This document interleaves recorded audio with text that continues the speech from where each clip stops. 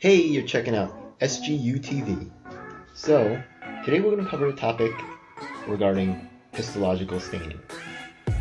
Why do we stain cells when we look at them under a microscope? Well, some structures inside the cell are difficult to see without staining.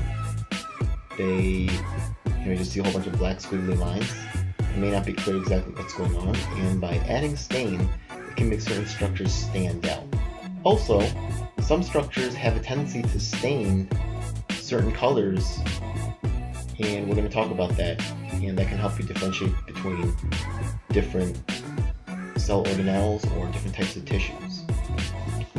So, this video does assume that you know what a cell is, that you know what tissues are, and that you know some of the basic components of cell anatomy. Let's talk about the first stain that we have here. We see a bunch of different pictures that I got from a Bing search. I use Bing because in med school you look up a lot of things, and actually you can rack up points by doing Bing searches, and then you can turn that into some prizes, right? Like Microsoft points or some goods. So I'm going to be doing a lot of searches when I'm in med school. Might as well get something out of it. Okay, so here we're looking at probably the most widely used stain you're ever going to see. This is the HEMOTOXYLIN and EOSIN stain. Let's talk about this stain right here. As it says, HEMOTOXYLIN and EOSIN, those are two different stains. And the thing is that EOSIN is red. HEMOTOXYLIN is blue. This can be just a little bit confusing, okay, because EOSIN, the fact that it's red, okay, is EOSIN an acidic dye, or does it stain acidic structures? This can be a little bit confusing. It's an opportunity to make a mistake. So let's pay super close attention to what's going on here. There is an easy way to remember what's going on, though. So the thing is that when we look at this cell, the cells here, you can see for the most part, right, there's some cell over here. We have like a reddish color on the outside and this blue thing on the inside. That blue thing is a nucleus, right? We see this pattern repeated here. Red on the outside, blue on the inside. Red on the outside, blue on the inside. This is actually kind of an exception, right? This may be confusing, but let's look at the overall picture of what's going on, right? Red on the outside, right, that's the cytoplasm, and blue on the inside, that's the nucleus. Blue would be nucleic acids, okay? So a nucleic acid would stain blue. That's the confusing part, right? The dye itself is basic, it's blue, and it's staining the acid because it's reacting with the acid, and it's attaching itself to the acid. Does that make sense? Let's say it one more time because it's just so important, and the fact is that this is the most highly used stain in all of histology. Okay? It's easy to remember the picture that, if you look at enough histological slides, that the red is in the cytoplasm and the blue is the nucleus, and the blue is nucleic acid, and the acid is staining blue, right? The acidic structure inside the organelle is staining blue because the basic stain is attaching to the acid. Okay, so it's a little backwards right there. But if you think about it, it's going to make sense, and you can just reverse engineer it in your head to get the answer right on a test if necessary. EOSIN is red. One way that I like to remember that is, if you're going to, sin, if you're a Christian, sin is usually something bad. And, usually the devil is dressed in red, this kind of thing. So we just think about the devil's dressed in red, sin is red. Okay, that can help you to make that connection there. Let's move on to the next stain. Here's another highly used stain. It's called a pass stain, and it looks very similar. You see some red, you see some blue.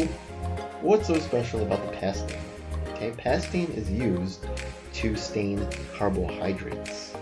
Okay, now you're going to learn that, see over here, you see how we have this cell membrane over here? And then we have a very nice line on this outer layer right here, right? Actually, the cell membrane will go completely around the cell, but on the very outside layer, we have a very nice defined line here. Okay, we have nice defined lines here. That's because on the outside of cells, even though it is a lipid bilayer, okay, you're going to have some carbohydrate structures there that will be interacting with, help make the cell sticky, kind of, and also those are used for recognition by the immune system, right? Those carbs can have certain structures and then antibodies can attach them, or we can recognize these structures. Actually, that's how blood cells are typed. Type A, type B, there's a carbohydrate structure on the cell membrane. So PASP would definitely bring these carbohydrate structures to life when we're looking at the picture. You can also see high levels of,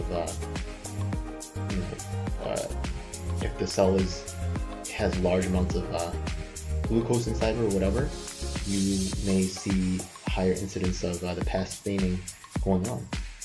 PASP stain can also stain some reticular fibers, so that's just something to keep in mind. And that's pretty much what PASP stain is. So when you hear the word PASP stain, think carbs, okay? The way to remember that is, nowadays people say carbs are just so bad for you, they're gonna make you fat, all this other stuff, so you want to pass on the carbs. Okay, makes sense? Let's go to the next stain. This stain over here is also highly used. You're going to see quite a lot. This is called Trichrome stain. You're going to say, oh look, it's blue and red. It looks pretty much the same as, H&E stain. What's the big difference? Well, you can see that the blue here is actually a little bit more vibrant. Let's go back to the H&E stain. It is kind of purplish, but you can see that this blue stain is really kind of popping out. Not only that, but Trichrome stain is really used to highlight connective tissue, collagen. So we see over here like this space kind of like in between the cells, right? You see like some kind of like fibrous type of, this looks like a fiber, doesn't it? Like fibers going up and down straight. This is where you're gonna tend to see that collagen, that connective tissue, right? Also in between this structure over here, right? You see some kind of like masses of cells, and this might be some connective tissue between these cells over here. So it does have a particular kind of, right, you see this kind of straightish lines looking type of thing. And collagen does tend to have that type of, I guess, like wormy type appearance. So that's one way you can kind of tell that you have trichrome stain going on. Just so you know, another name for trichrome is Mason stain. And if you think about it, right, if you ever looked at like a fancy wall, right, it almost looks like you could have like some thin little like stones, and then they're kind of like mortared in with in between this pink stuff, right? So you might think that's like building like kind of like a structure, and it's kind of like a mason's or trichrome. Whenever you see trichrome, you think connective tissue. Whenever you see this blue color, think trichrome, think connective tissue, think mason. Okay, we're almost done. Let's talk about this over here. It's called osmium tetroxide stain. You can see that there's quite a little bit more difference about what's going on here, right? You see some brownish black color. I'd say that's the most often type of color that you're going to see in this. Sometimes you'll see like black and white. I don't know what this pink thing is about, but you see these, well, they probably counter stain with EOSIN, because you see these black hard lines. That's definitely, if you're really looking for these black circles, right? And what osmium tetroxide does is it actually stains fats. So once again, we said that with that lipid bilayer, right? So it makes sense that it's going to stain the outside of the cell very clearly. A lot of times inside cells too, there may be fat deposits inside the cell, and those will also stain up pretty nicely with osmium tetroxide. So you see brown, black, think osmium tetroxide. It could also be another stain that I'm going to show you in just a moment, but you also want to look for round circular type things going on, and that's kind of a giveaway that you're looking at osmium tetroxide stain. Okay, now let's head on to silver stain. Silver stain, usually you see a little bit, it's also brownish, right? But it looks a little bit different, right? You see we have all these circles over here, and silver stain, we do see some circles over here, but it's not like the clear outline type of open circles that we have over here, it's kind of like filled in. Over here we just see a whole mass of bunches of stuff. I've seen a lot of different, when you look up silver stain, that looks a lot of different ways. Sometimes it's grayish, a lot of times it's brownish like this. Okay, silver stain is used to stain nerve tissue, right? So nerve tissue, you're thinking axons, you're thinking long branches, and we can see in this particular slide over here that there's long branches going on over here, right? So that would be an indicator that if I saw a stain like this, I would think silver stain. Okay. Now it's possible that there's some, like if we're looking at the nervous tissue, like brain cells, things like that, then the axons may not be very long. They may be just communicating with each other. That may be what this is. Here, this is so clearly a nerve cell, right? We have these long things poking out. Could be dendrites. This could be an axon over here. So we have a long fibrous thing, and that's really in a large cell body. That's classic nerve cell over there. So those are really the stains that you're going to be looking at for the most part regarding histology. I hope this video is helpful. If you have any questions or comments, please place them below, and I'll be glad to try to answer them. Thank you. Alright, that's it. Thanks for checking out SGU TV.